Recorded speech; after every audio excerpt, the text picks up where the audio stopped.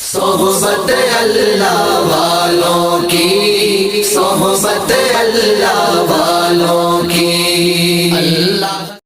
الحمدللہ رب العالمین والعاقبۃ للمتقین والصلاة والسلام علی سید المرسلین، اما بعد۔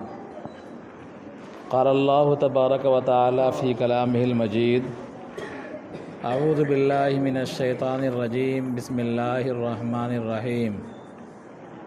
وَإِذْ بَوَّأْنَا لِإِبْرَاهِيمَ مَكَانَ الْبَيْتِ أَلَّا تُشْرِكْ بِي شَيْئًا وَطَهِّرْ بَيْتِيَ لِلطَّائِفِينَ وَالْعَاكِفِينَ وَالرُّكَّعِ السُّجُودِ۔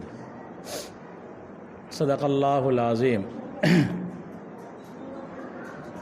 محترم بزرگوں، عزیز ساتھیوں، گزشتہ ہفتے آپ حضرات کے سامنے زکوٰۃ کے تعلق سے بات آئی تھی اور بتایا گیا تھا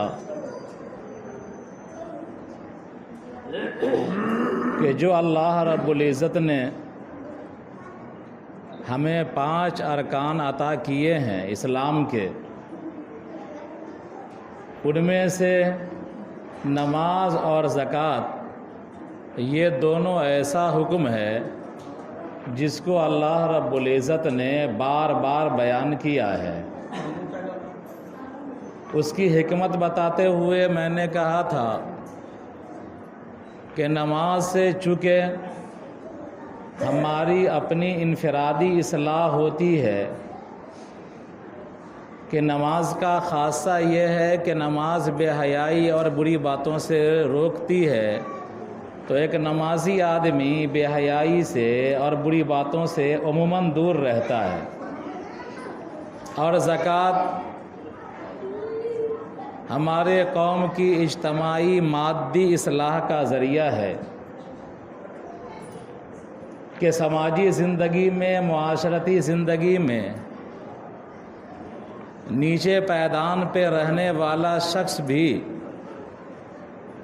جو انتہائی غریب اور پسماندہ ہو، مفلس ہو، وہ مسلمان امیروں کے 2.5% کی دولت سے زندگی کے وسائل کو حاصل کر سکے، برت سکے۔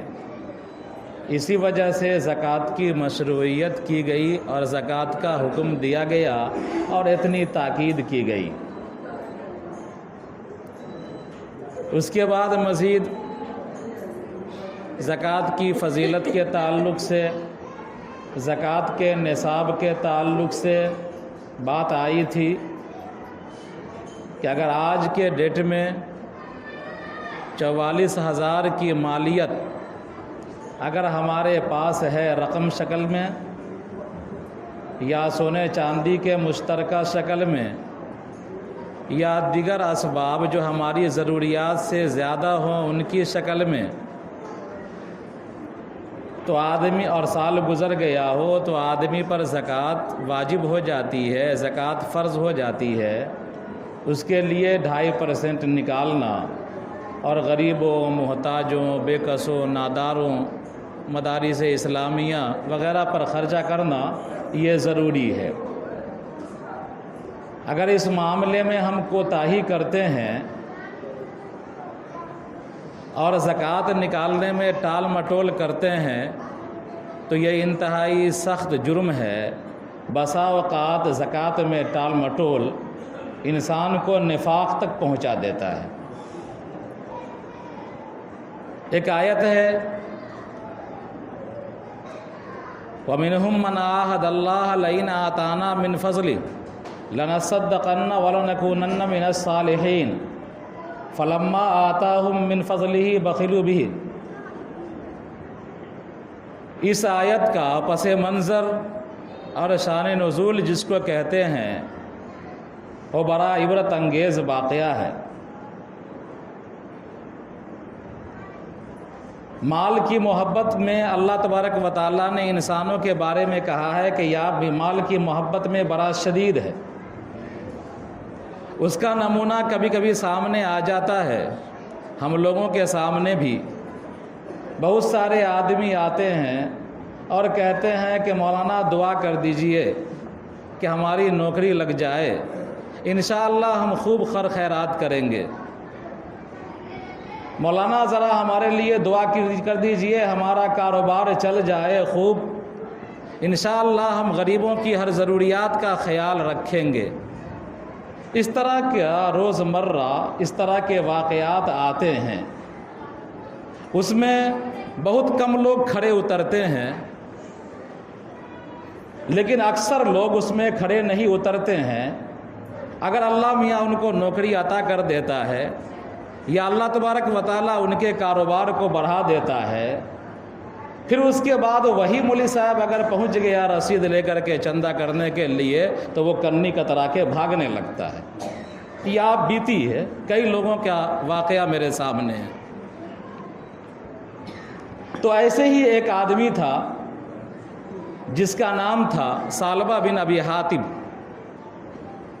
یہ شخص اسلام لایا، کلمہ پڑھا، نبی کریم صلی اللہ علیہ وسلم کے ساتھ زندگی گزارنے لگا، نماز وماز سب پڑھ رہا ہے۔ ایک مرتبہ وہ آیا نبی کریم صلی اللہ علیہ وسلم کے پاس اور آ کر کے درخواست کیا، یا رسول اللہ صلی اللہ علیہ وسلم میرے لیے دعا کر دیجئے کہ میرا مال بڑھ جائے، میرے پاس بہت مال آ جائے۔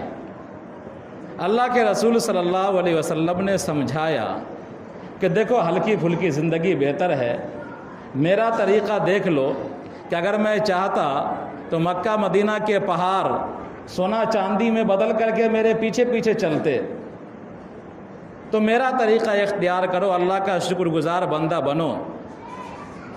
وہ چلا گیا، دوبارہ آ کر کے اس نے اصرار کیا کہ یا رسول اللہ میرے لیے دعا کر دیجئے کہ میرا مال بڑھ جائے اور ہم مال کے تمام حقوق کو ادا کریں گے۔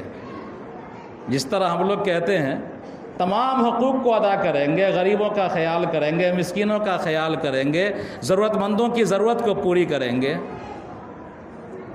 نبی اکرم صلی اللہ علیہ وسلم نے دعا فرما دیا کہ اللہ اس کے مال میں برکت عطا فرما۔ اور نبی کی دعا کیسے قبول نہ ہو؟ مال بڑھنے لگا اس کا، وہ بکریاں پالتا تھا اور بکریاں پالنے کی وجہ سے اس کی دولت میں بڑھوتری ہوئی اور بکریوں کی افزائش اتنی ہوئی کہ جس طرح آپ دیکھتے ہیں کہ ایک جگہ کوئی کیڑا لگ جاتا ہے تو ترنت میں چند دن کے اندر کیڑوں کا انبار وہاں پر ہو جاتا ہے۔ تو ایسے ہی جس طرح کیڑے مکوڑے بڑھتے ہیں اس طرح اس کی دولت بڑھنے لگی، بکریاں بڑھنے لگی۔ جہاں پر یہ رہتا تھا مدینہ میں، ان کے بکریوں کی زیادتی کی وجہ سے، بکریوں کے بڑھنے کی وجہ سے وہ جگہ اس کے لیے تنگ ہو گئی۔ وہ مدینہ سے دور چلا گیا، کوئی باندھ میں جنگل میں چلا گیا، وہاں رہنے لگا۔ صرف ظہر عصر میں آتا، جمعہ میں آ جاتا نماز پڑھنے کے لیے، نماز میں بھی کوتاہی کرنے لگا۔ ادھر مال بڑھ رہا ہے، ادھر نماز میں بھی کوتاہی ہو رہی ہے کہ صرف ظہر عصر میں آ رہا ہے حاضری دینے کے لیے، منہ دکھلانے کے لیے، اور جمعہ میں آ رہا ہے بس۔ مال اور بڑھ گیا اس کا۔ وہ جگہ جہاں پر وہ گیا تھا خیمہ تمبو لے کر کے، وہ جگہ بھی اس کے لیے تنگ پڑ گئی اور دور چلا گیا تاکہ فراوانی کے ساتھ ہم رہیں، کشادہ جگہ میں رہیں اور بکریوں کی بڑھوتری ہوتی رہے، مال بڑھتا رہے ہمارا۔ اب نہ عصر میں آ رہا ہے، نہ ظہر میں آ رہا ہے، نہ جمعہ میں آ رہا ہے، کسی نماز میں نہیں آ رہا ہے۔ البتہ یہ دکھلانے کے لیے کہ ہم کو مسلمانوں سے تعلق ہے، جمعہ میں وہ پوچھ لیا کرتا تھا کسی صحابی سے کہ آج حضرت نے کیا فرمایا ہے محمد الرسول اللہ صلی اللہ علیہ وسلم نے، تاکہ لوگ یہ سمجھے کہ ہاں اس کو اللہ کے رسول سے محبت ہے، عقیدت ہے اور یہ حضور کی بات کو سننا، ماننا اور عمل کرنا چاہتا ہے۔ اس کے بعد زکوٰۃ کا حکم نازل ہوا۔ آپ صلی اللہ علیہ وسلم نے زکوٰۃ کا تفصیلی حکم پرچے پر لکھ کر کے اپنے قاصدوں کو بھیجا کہ جاؤ فلاں فلاں جگہ سے زکوٰۃ وصول کر کے لاؤ۔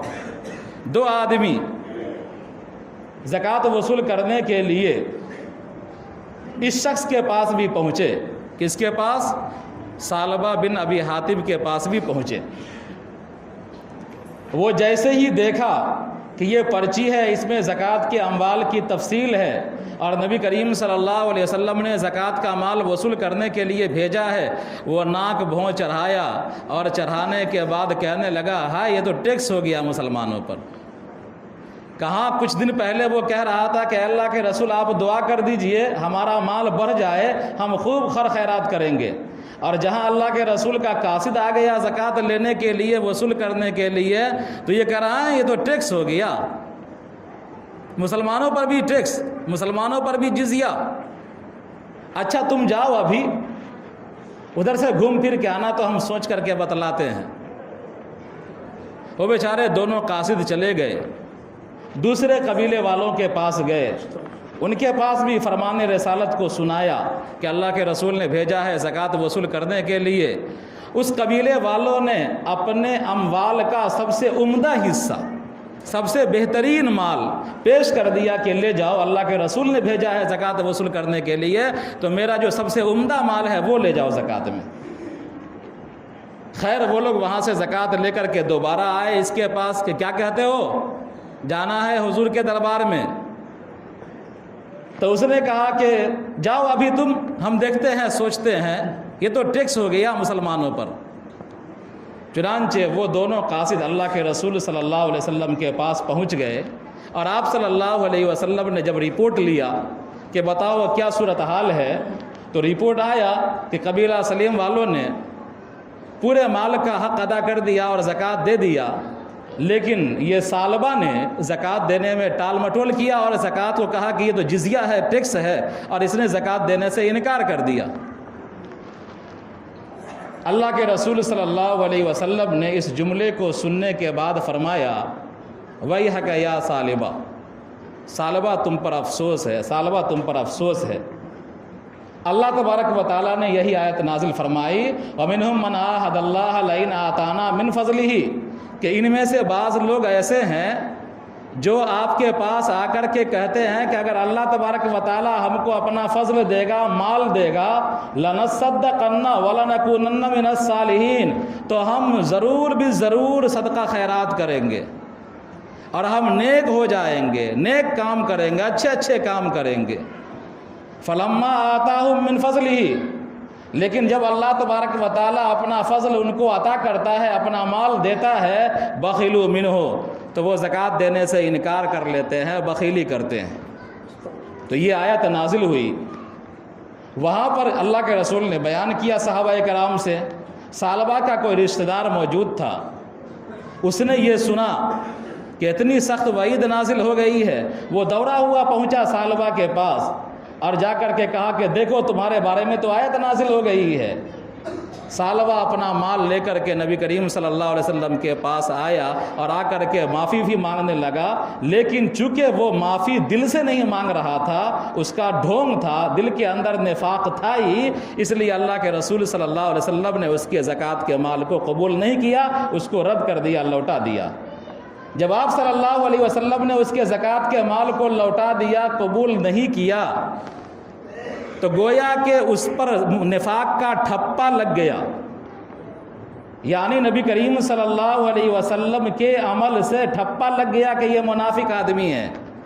آپ صلی اللہ علیہ وسلم کے وصال کے بعد ابو بکر صدیق رضی اللہ تعالیٰ عنہ کے زمانے میں وہ زکوٰۃ لے کر کے آیا کہ میرا زکوٰۃ لے لیا جائے، بیت المال میں شامل کر لیا جائے۔ ابو بکر نے بھی انکار کر دیا کہ نہیں، تمہارا زکوٰۃ تو رسول نے بھی نہیں لیا ہے، ہم کیسے لے سکتے ہیں۔ پھر عمر فاروق رضی اللہ تعالیٰ عنہ کے دور میں آیا زکوٰۃ لے کر کے کہ ہمارا زکوٰۃ لے لیا جائے، قبول کر لیا جائے، انہوں نے بھی انکار کر دیا کہ جب ابو بکر نے نہیں لیا، محمد الرسول اللہ صلی اللہ علیہ وسلم نے نہیں لیا، تو ہم کون ہوتے ہیں لینے والے، انہوں نے بھی انکار کر دیا۔ حضرت عثمان غنی رضی اللہ تعالیٰ عنہ میں اس شخص کا کے زمانے میں اس کا انتقال ہوا۔ تو یہ واقعہ سنانا اور اس آیت کو بتلانے کا مقصود یہ ہے کہ بسا اوقات ہم اور آپ بھی ایسی آرزو کرتے ہیں، اور ہمارا اور آپ کا بھی عمل کبھی کبھی ایسا ہو جاتا ہے، لہذا زکوٰۃ میں ٹال مٹول نہیں کرنا چاہیے، اور زکوٰۃ خوش دلی کے ساتھ، خندہ پیشانی کے ساتھ، اللہ کا حق سمجھ کر کے زکوٰۃ کے مستحقین تک زکوٰۃ کا مال پہنچانا چاہیے۔ اللہ تبارک و تعالی ہم سب کو خوش دلی کے ساتھ زکوٰۃ ادا کرنے کی توفیق عطا فرمائے۔